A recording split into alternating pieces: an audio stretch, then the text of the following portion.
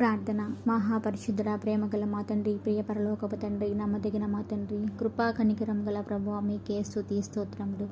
గడిచిన కాలమంతా మీ కృపాక్షేమములతో కాచి కాపాడి మరి ఒక దినమును దయచేసినందుకే మీకే వందనాలు ప్రభువా. ఈ ఉదయకాలంలో మా ప్రార్థనలు ఆలకించి మాపై మీ కృపను కాపుదలను దయచేస్తున్నందుకే మీకే వందనాలు చెల్లిస్తున్నాం తండ్రి.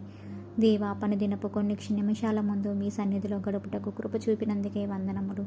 మా దైనందిన పనిలోనికి వెళ్ళుచుండగా మీ కాపుదల భద్రత సహాయం చేయము తండ్రి.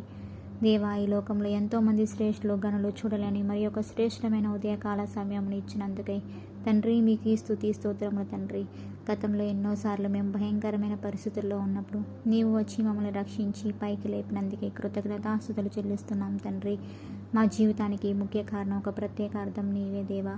కాబట్టి ముఖ్యంగా మా పూర్ణ హృదయంతో నిన్ను ప్రేమించడం నేర్పించుము తండ్రి.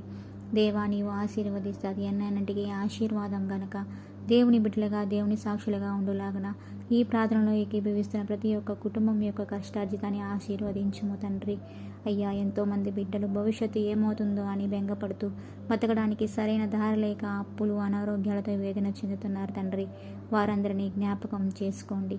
సమస్యలు తొలగించి సంతోష హృదయం ఇవ్వండి నాయన. ఉద్యోగ వివాహ విషయాల్లో మీ సహాయం కోసం ఎదురు చూస్తున్న బిడ్డల జీవితంలో అద్భుతం చేయండి తండ్రి.